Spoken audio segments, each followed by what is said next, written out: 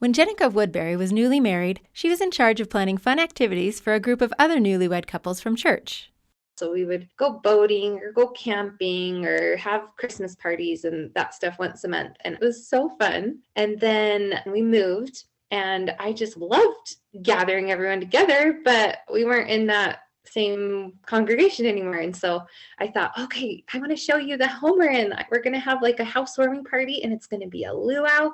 And I want to invite all of my old friends that we've just had so much fun with for the last 2 years. And so I just said, Kate, this Friday night at 7 p.m., let's do a luau. And because I lit the candle, I cleaned the house, I put all these tiki torches and Christmas lights in my backyard, and I made the rice and the chicken, and I knew everyone else was going to bring sides, and it was going to be so fun. But throughout the day, I just got texts, we're not able to come. We're not coming. We're not coming. We're not coming. And my heart was just like so sad. I just was like, oh, why did I put in this effort? Nobody wants to hang out with me. You know, they were only coming to my stuff because it was like this church duty. And sure, they had fun, but they don't actually like me. And so it was a very vulnerable, day where I'm like, oh my gosh, this is terrible. And we had one couple that stopped by. We don't have a lot of time. We can come for 20 minutes. I was too embarrassed to even show them the backyard decorations because it was all out and it's just me and my husband and someone that has 20 minutes to stop by real quick. This is the How She Moms podcast with Whitney Archibald.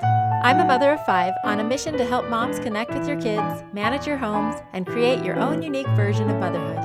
I curate ideas from different moms so you can pick and choose what works for you and your family. That luau experience could have been the end of Jenica's party organizing days forever, but I'm happy to inform you that she's still going strong. In fact, she may be one of the most social women I know. She's always orchestrating one group or another. But how did she ever throw another party after that one? I got over it and I still love to plan things, but I learned 2 very important things.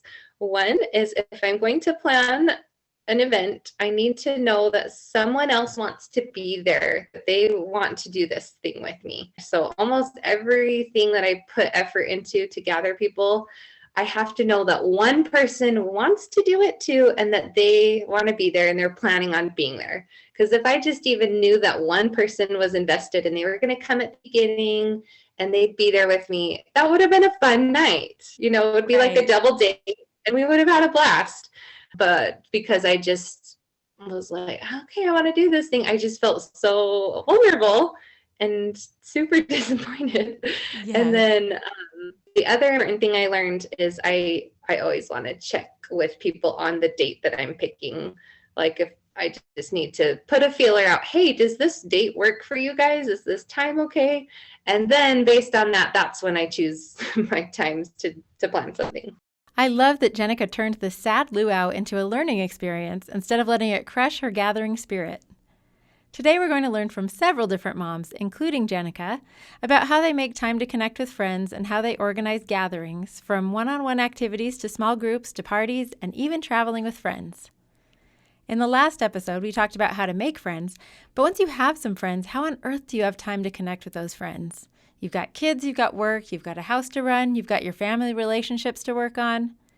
Maybe you could fit in a girls' night out here and there, but I don't know about you. I'm usually tapped out and in my jammies by 8 or 9. Fitting a social life into actual life can feel very daunting. In this episode, we're going to start with the easiest ways to spend time with friends, low time commitment, and work our way up to the more time-consuming ideas. So the first one is something you can do right now. Use your phone. If we're talking path of least resistance to connecting with friends, our phones are it. But that doesn't mean it's a bad thing. For example, we often vilify social media or take it for granted, but it's pretty remarkable that we can use it to stay in touch with friends, past and present. Here's my sister, Cassie Gadd.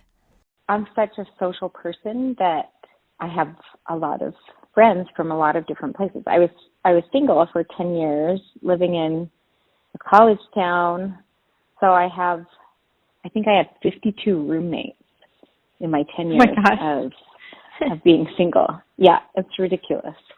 And I taught school, so I have my former students that follow me, and it's so fun to connect with them.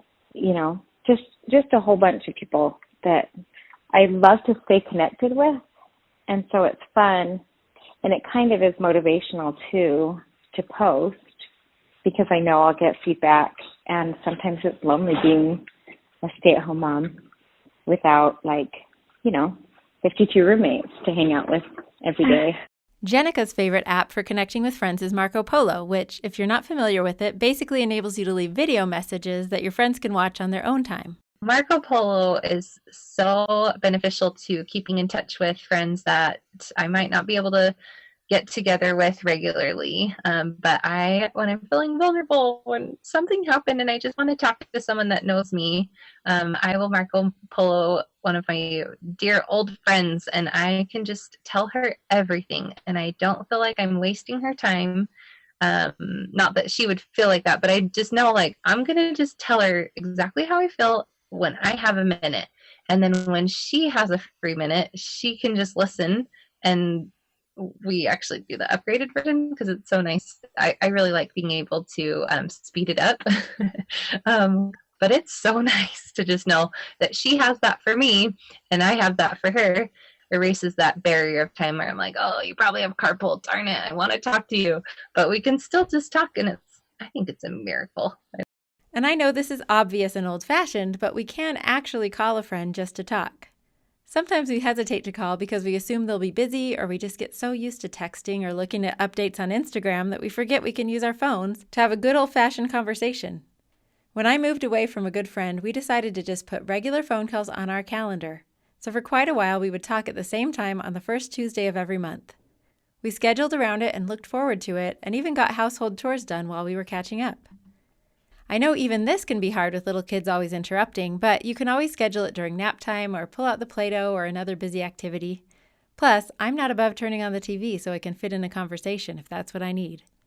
We all got used to doing group Zoom calls during COVID, which are obviously not as fun as getting together in person, but with friends who are far away, it can still be really fun to get together for a video chat. Another low time commitment way you can spend time with friends is to integrate friendship right into your to-do list. This has always been one of my go-to ways to make time for my friends. We sync our schedules and help each other get her done. This was one of Jenica's suggestions too. Try to think of something you want to do anyway. Maybe it's walking, maybe you want to make dinner. Just think of something you want to do and ask a friend to do it with you. One of my favorite examples of this is when my friend Lene Richardson and I both had a bunch of small kids in Minnesota. Our husbands were both knee-deep in medical training and were never around. And we also had just both purchased new homes with yards that needed a lot of work. We devised a plan where once a week we would have yard work day. We pulled out all of our outside toys to entertain the kids, parked our babies in their strollers, and then we dug up overgrown bushes and sod, planted new ones, got our hands dirty, cleaned off our muddy children, and had a great time together. When those projects were over and it inevitably got really freezing cold, we moved inside and prepped freezer meals together, cleaned and organized rooms, or just helped each other fold laundry. We felt productive and connected. We often did it during nap time and just put our nappers down and pack and plays at each other's houses. And, funny story, right while I was working on this episode, I went skiing in Utah at a ski resort I've never been to, set my skis down, looked up, and there was Lene teaching ski lessons. We met up for lunch and connected as if it hadn't been 12 years since our landscaping days. Nowadays, I don't need as much help with household chores because my kids are old enough to help, but I do need help motivating myself to work out. So my friend Molly and I get together twice a week to lift weights. It's something both of us need to do anyway to stay healthy, so we might as well do it together. I have a couple of friends that I go mountain biking with regularly in the summer too, and I had a regular climbing date with another friend for a while. I'm sure there's something like this in your life that you and a friend are doing separately but could arrange to do together and both have more fun and be productive. How about walking with or without dogs or strollers, organizing your pantry, shopping? I've even gone grocery shopping with a friend once, and it was surprisingly fun to share our go-to products. If you have a lunch break at work, make actual plans to eat with a coworker once in a while. If you're bringing your kids to the park anyway, send out a group text to see if anybody wants to join you. The third way to make time for friends is to join or start a babysitting co-op. This tip saved me when I was in the thick of raising small children. I didn't have the funds to hire babysitters, but sometimes I just needed a break, and so did my friends.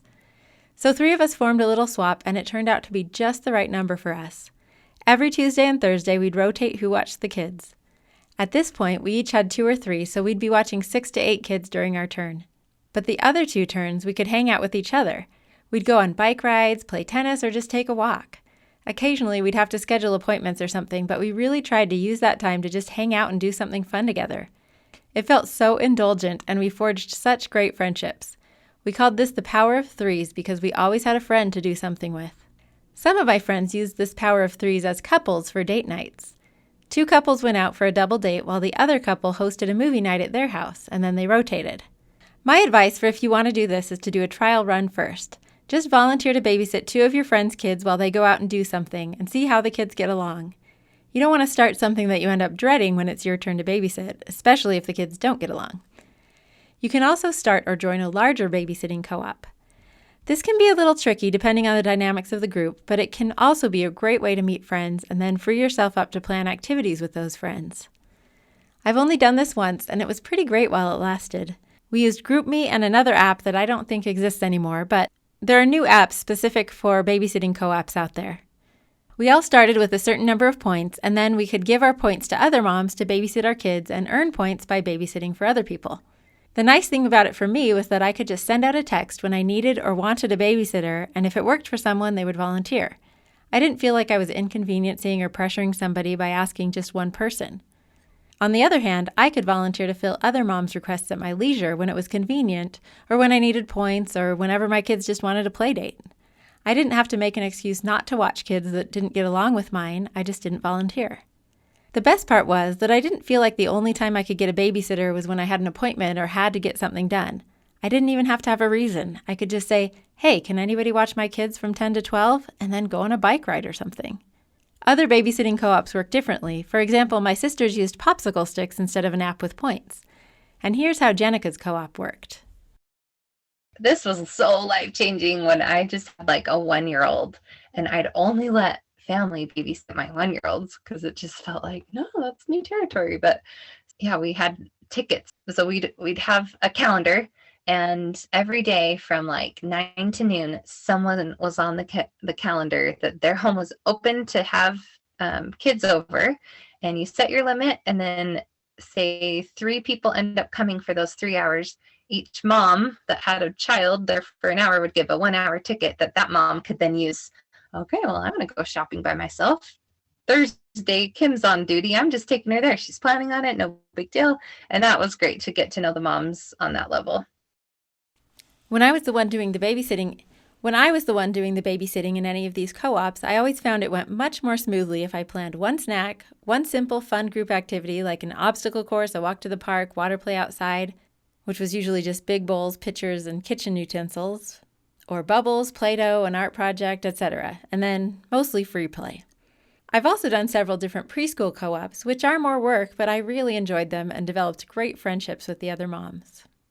The 4th way to gather is to join or start a regularly scheduled group.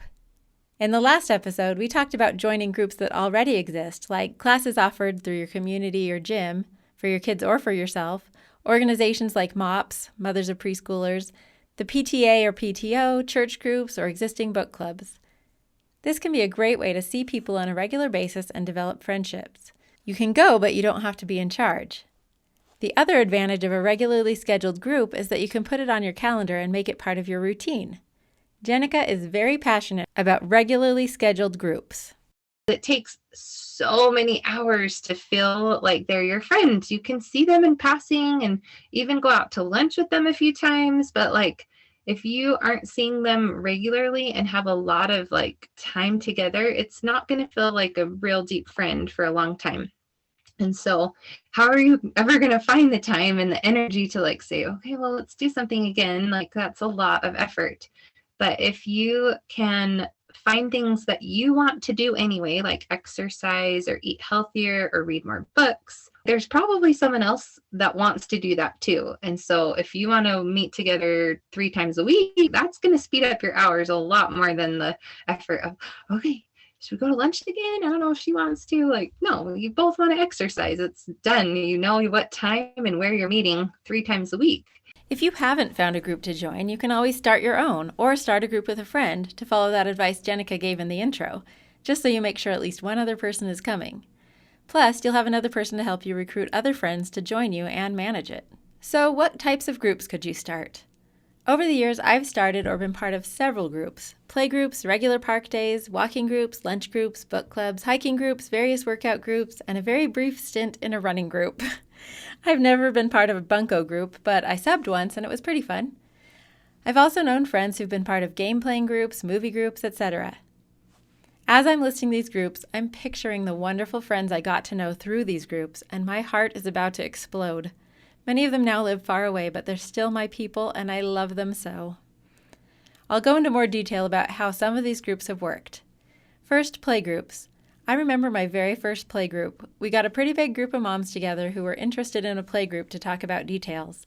I think I was the only one with just one 2-year-old. The others had a little bit older kids and more of them. There were so many moms interested in continuing that we immediately knew we'd have to split into at least 2 groups because it wouldn't be feasible to host that many people. The next question was whether to have moms stay or drop kids off. I was team stay all the way and dumbfounded that at least half the moms wanted to just drop off. I was doing it mostly to finally be able to socialize with the other moms. I couldn't imagine why else you would even do a play group. Then I had more kids and I got it. In that next stage, I needed time alone or to get stuff done more than I needed social time. So, like we talked about in the last episode, this is a good reminder to figure out what your goals are before starting or joining a group. Anyway, we split off into 2 groups, and over the years I found that 4 to 6 members of a play group is just right for me. We left it pretty much unstructured. Kids play, moms talk. I quickly started calling it my weekly board meeting. I considered those moms my trusty advisors and mentors whom I could ask for advice and just learn by watching how they interacted with their kids. I got my social fix and learned so much from those beautiful moms, including Delphine Brandt, a lovely woman from France whom I featured in episode 54, How Delphine Brandt Merges French and American Culture. Park playgroups are even easier. I've done one where we switched parks each week. We just made a schedule for the whole summer and met at the same time each week. I've also done several where we just met at the same park every week. What I love about this is that no one has to host, there's not really any management involved, usually just a group text. Plus, there's no stress to be on time because whoever gets there first can just start playing. The downside of meeting at a park is that it can't usually be year-round, but hey, it's great in season. For our lunch group, we just switched who hosted every other week. We had about 10 members and 6 to 8 would show up any given week. The host cooked. We set up schedules in September, and over the course of a school year, each person hosted twice. Sometimes we switched weeks, but mostly we were able to stick to the schedule. We brought kids and they played while we ate. A friend started that lunch group. The only type of group I've started myself, besides play groups here and there, are hiking groups, one in Spokane, Washington, and one in Colorado. I love scouting out new places to hike, so I would just make a list of the places I wanted to hike each summer, pick a regular day and time, and then send details to the group text each week.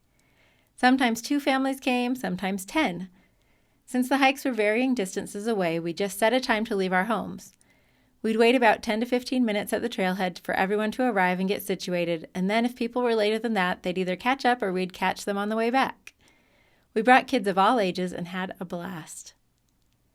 For workout groups, you can have someone lead if you have a friend with that talent. You can just text a group that you think might be interested and ask if anyone wants to lead, or you can just use videos or Instagram accounts to lead or suggest exercises.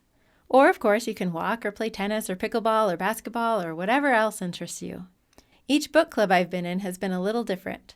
I was part of a couple where we brought kids, which was a bit chaotic, but the only way we could make it happen in that time. And I've been in some where we did just appetizers, some where we've done dinner or lunch, some just dessert. Sometimes we pick books for the entire year ahead of time, voting on what we want to read, and some we've just taken turns picking the next month's book. Lots of flexibility there. My sister-in-law Meg Singley just told me about a friend who has a cookbook club. Everyone makes one recipe from the same cookbook to share. What a great idea. I totally want to do this now. If not regularly, at least as part of my current book club. Jenica has more ideas to add to my list. She's currently in a workout group that meets 2 mornings a week at her church to lift weights and talk. She's part of a dinner group where they trade off hosting. She's in a book club, and she just started her favorite group again, a salad group. We set up a salad bar on my kitchen island. Everybody brings something, a few things, and then we make 4 healthy lunches together. We visit and off we go. Here's how Jenica's dinner group works. Someone hosts a theme.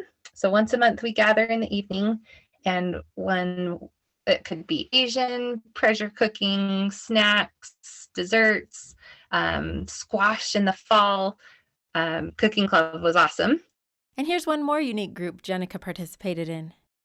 And then I've been a part of a family night prep group where we would all come prepared with like 6 copies of a lesson that we could teach our kids about honesty or how to pray or just different topics. And we would make it something really fun and visual for our kids and just do 5 of them. And then we'd just pass them around. And that was a great idea. So a couple more tips for starting groups of your own. First, you may want to do a trial run before you announce that your group is going to meet every month or every week. Maybe just launch it as a single get-together, like inviting a bunch of friends to lunch at your house. If it goes well and you're having fun, you can suggest, hey, maybe we should make this a regular thing and take turns hosting. Number 2, if you don't want the work of hosting or are worried that others won't want to trade off hosting, you could choose a neutral meeting place like a play place, park, restaurant, church, etc. The third tip is from Jenica. For my salad group, my favorite one, I had to invite like 40 people. Like I just had to think of like, okay, I have your phone number. I know who you are. We met that one time. And do you want to come make salad at my house? Like it's nice when it's like, no, this is like an interest thing. It's not like I'm asking you to lunch, yet we're having lunch together. And I never would have thought that I would enjoy your, we both really love it. And now we have that common thing. And to help her cast that wide net, GroupMe is Jenica's favorite app. So I really like GroupMe for trying to organize these groups together. So we talked about, the salad group and the book club. My neighborhood just loves to gather, and we have different interests. We have like a mountain biking group that I am not a part of. That sounds very scary to me. But whether you're an iPhone or an Android, we're just all on there. And anytime you want to find that group, it's just like a saved little spot, and it's got our whole conversation, and people can come in and out, and it's not going to change the group. And it's just a really great way for everyone to stay connected for groups. The 5th category of ways to spend time with friends is a good old-fashioned party. There are the typical occasional parties like birthdays, anniversaries, holidays, and then there are the fun extra holidays like Pi Day and May the 4th, the Super Bowl, that kind of thing. Those can all be fun to celebrate with a party, but I collected a lot of other fun party ideas while researching for this episode, some I had heard of or even been to, and others that were super creative. Most of you have probably heard of or attended a favorite things party where guests bring 1 to 3 of their favorite things to share. Everyone goes home with someone else's favorite thing, the same number of things that they brought. These parties can be super fun because everyone gets a turn to share and explain why they like their item, and you get to know each other better in that way. However, I've always looked forward to those parties with a mixture of anticipation and dread, partly because the pressure of bringing something that I think other people will actually want to end up with, and also the pressure of pretending to like what I end up with if I don't really want it. Plus, attending can be cost prohibitive, especially if you're expected to bring 3 of something that cost around $20 each. Jenica has a great solution for this. She basically hosts a show and tell version of a favorite things party where people just bring 1 or more of their favorite things and they share them without exchanging. Then the price point doesn't matter and you can share what you really love, not what you think other people will also love. I think this is a genius solution, so much so that we hosted one together in December over Zoom for How She Moms listeners. If you missed it and want us to host another one, just email me or DM me and let me know. It's fun and easy to host and we all came away with some great ideas. We could totally do that again. Another variation of this is that a friend of mine always hosts an ornament swap in December. Everyone wraps an ornament and we trade them white elephant style, where everyone gets a number and we take turns either choosing a gift from the middle or stealing someone else's. It gets pretty competitive, and there was even a wrestling match one year that will go down in history. And of course, you can do a traditional white elephant exchange, which I feel obligated to say you have to be specific about in the invitation. If you don't want gag gifts or stuff people have just lying around their house, host a regular gift exchange, not a white elephant. My sister-in-law Meg Singley loves a white elephant with a twist, like wearing ugly sweaters, or one that she attended had a wig theme, so everyone just wore a random wig, which I think is so awesome. It's your friends, but with a twist that throws you off and makes you laugh. In fact, my brother and sister-in-law always seem to be attending and hosting super fun parties. For their joint 40th birthday party, they held a showcase soiree where they asked guests to bring gifts of talent instead of physical gifts. Everyone shared a song, poem, story, or other performance, including an amazing interpretive dance that brought the house down. They've held outdoor movie nights, indoor and outdoor karaoke parties, and attended cultural celebrations for many of their friends from other countries. They also love to go all out for Halloween parties with the best costumes ever. I wish they lived closer so I could get in on more of that fun, but I guess I could always just steal their ideas and throw my own. Oh, and now so can you. Another friend of mine, Shauna Brown, plans a witches' night out around Halloween every year. Everyone dresses like witches and goes out to do fun activities like axe throwing, laser tag, top golf, etc. Everyone RSVPs and pays their own way. All Shauna has to do is make reservations and send out invites and pick the locations. Okay, I guess that's a lot. Thanks, Shauna, for organizing every year. I asked the How She Moms community on Instagram what fun parties they've been to, and they came up with Galentine's parties, high tea, a dress as your spouse night, which sounds hilarious, how to host a murder parties, which you can buy all ready to go. And Dana Scarborough recently went to a pink princess slumber party for a friend's 32nd birthday because the friend had a leap year birthday and was officially only 8. The perfect 8-year-old theme. I love it.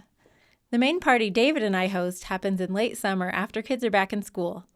We invite everyone we can think of to the Tour de Taco, adults only. We meet with bikes at our house and then take a leisurely ride downtown, about 7 miles, to grab tacos at a local place and then eat them in the park next door. Then we bike back to our house for dessert.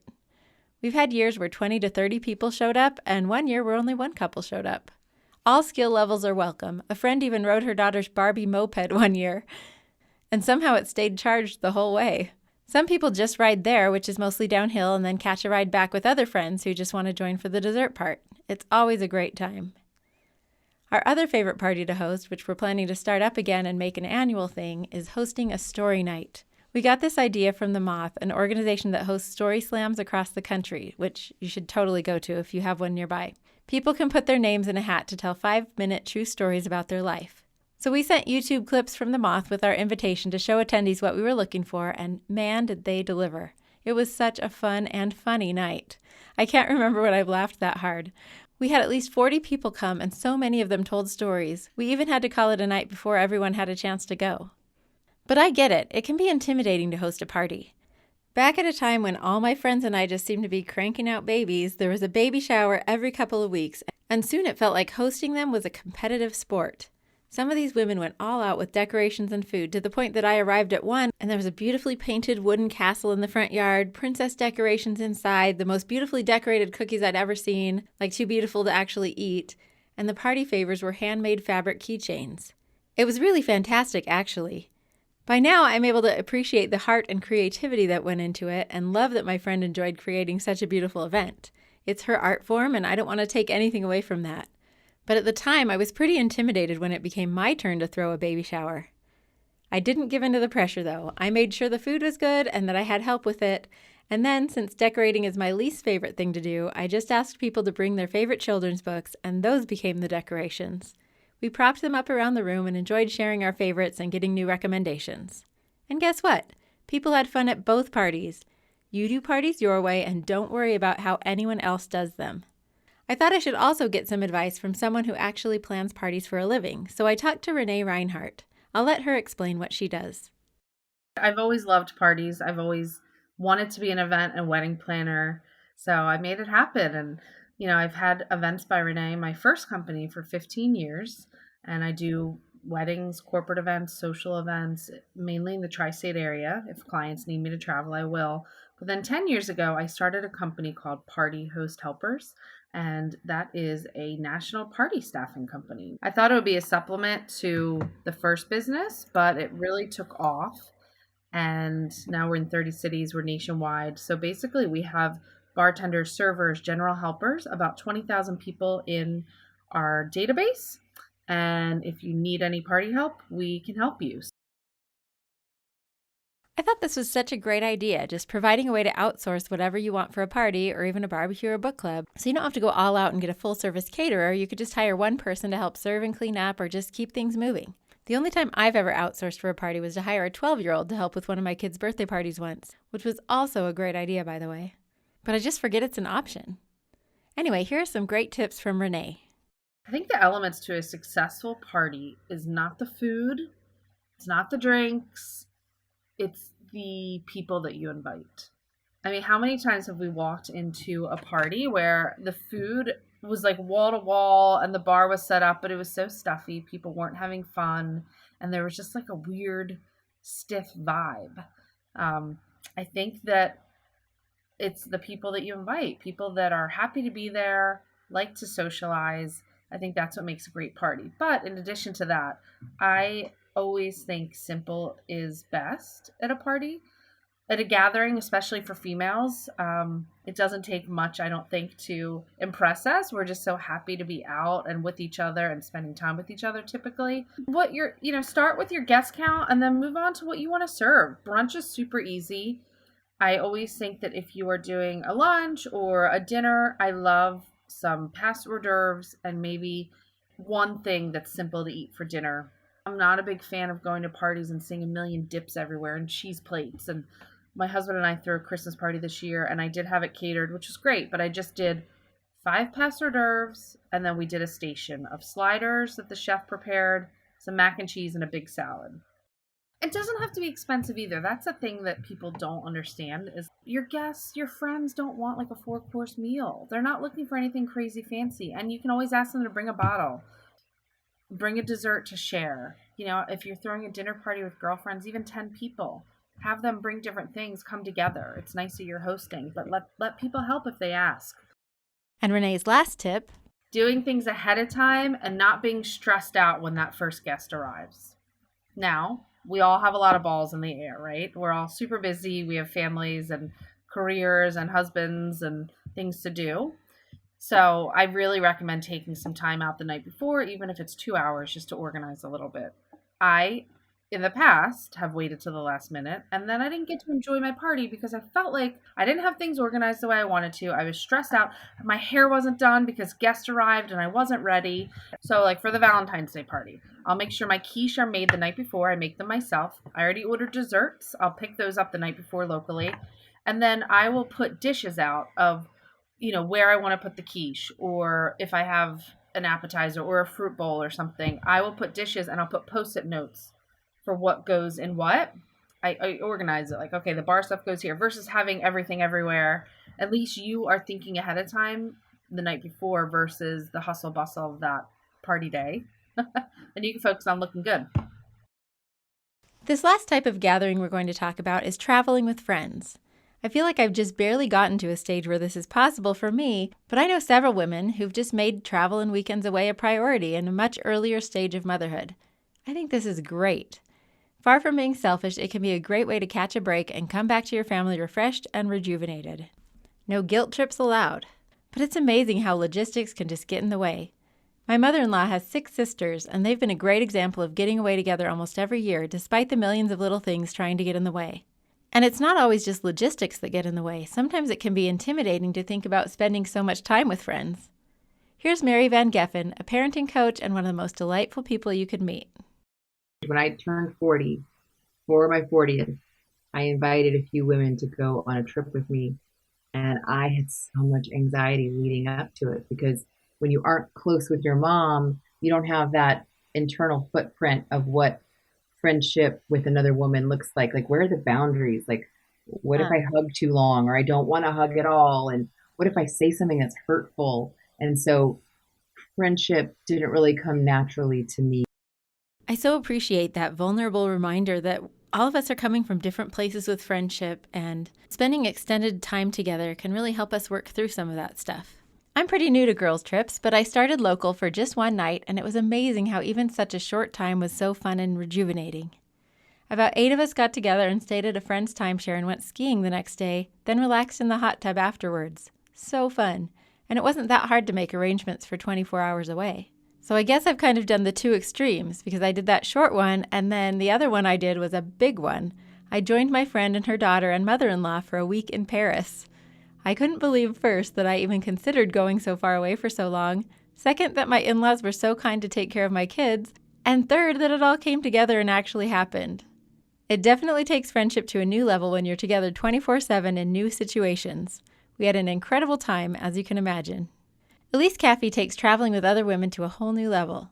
In addition to running an Instagram account about friendship at The Friendship Experiment, Elise has been blogging and posting about travel for many years at 3Kids Travel and 3kidstravel.com. So traveling is a major priority for her. And she has traveled with friends in many different ways.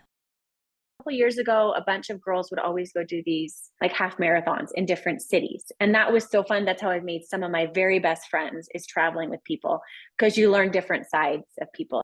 It gives you that opportunity to talk, almost like when you're back in college and you're staying up late and like talking about your lives, that you don't get a chance to do in most motherhood experiences, because you're just like, you're maybe at like a class together for an hour, or you see each other in passing.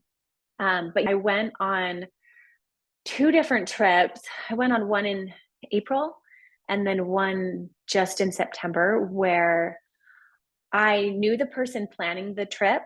Like, I'd met them in real life and were friends, but I didn't know anyone else going on the trips. And so it's been interesting, because all of a sudden you feel like you're that new kid again. And you're like, okay, how do I talk to these people? Like, what things do I bring up? Like, you almost have a list of questions to ask people, like, and you're trying to figure out like how much is too much to share, like in general with friendship, like you want to share enough, but if you overshare when you first meet someone, it kind of turns them off. So just figuring out those levels of what to share and understanding the social dynamics. So that's been kind of a fun experiment for me, because I'm naturally shy, or I feel that way. That's how I've always been, but I've had to push myself out of that. I used to deal with a lot of social anxiety, and I've had to work through a lot of that. And these trips are just like throwing you in to the wolves, and you are just with people. And one trip was like a 4-day trip, and one was a 2-week trip. So 2 weeks of like talking to different people the whole time and being thrown into different experiences. It was a great practice in social skills, for sure. And how many women are we talking? How many were in the group? So the 4-day trip was 15 people. Oh, wow. 15 or 20. So that was a little bit trickier, because most of the women didn't know each other, which actually made for an awesome experience, because everybody was open to meeting new people. And so you were constantly at dinner, you're sitting with different people. And towards the end, you have people that you navigate more, or you feel more connected to. And you ended up spending more time with those people, but you wanted to get to know everybody, because everybody had just unique stories. The trip that I just went on to the UK, there were 8 women. So it was a much smaller group, and everyone was generally, interestingly, most of the women were at least in my stage of life. Some have older children. And the interesting thing was they all knew each other. I was the new person to the group. Okay. And so I had to kind of figure out how to navigate that, but they were so open and friendly that it made it pretty easy. My conversation with Elise was just so good, I decided it needs its own episode, so you'll hear more of Elise's insights about friendship soon. We've reached the end of the episode, and I hope by now you've run out of excuses for why you don't have time to hang out with your friends. Whether you want to text, call, walk, do yard work, party, or travel with a friend, I hope you challenge yourself to carve out some time to connect with friends this week.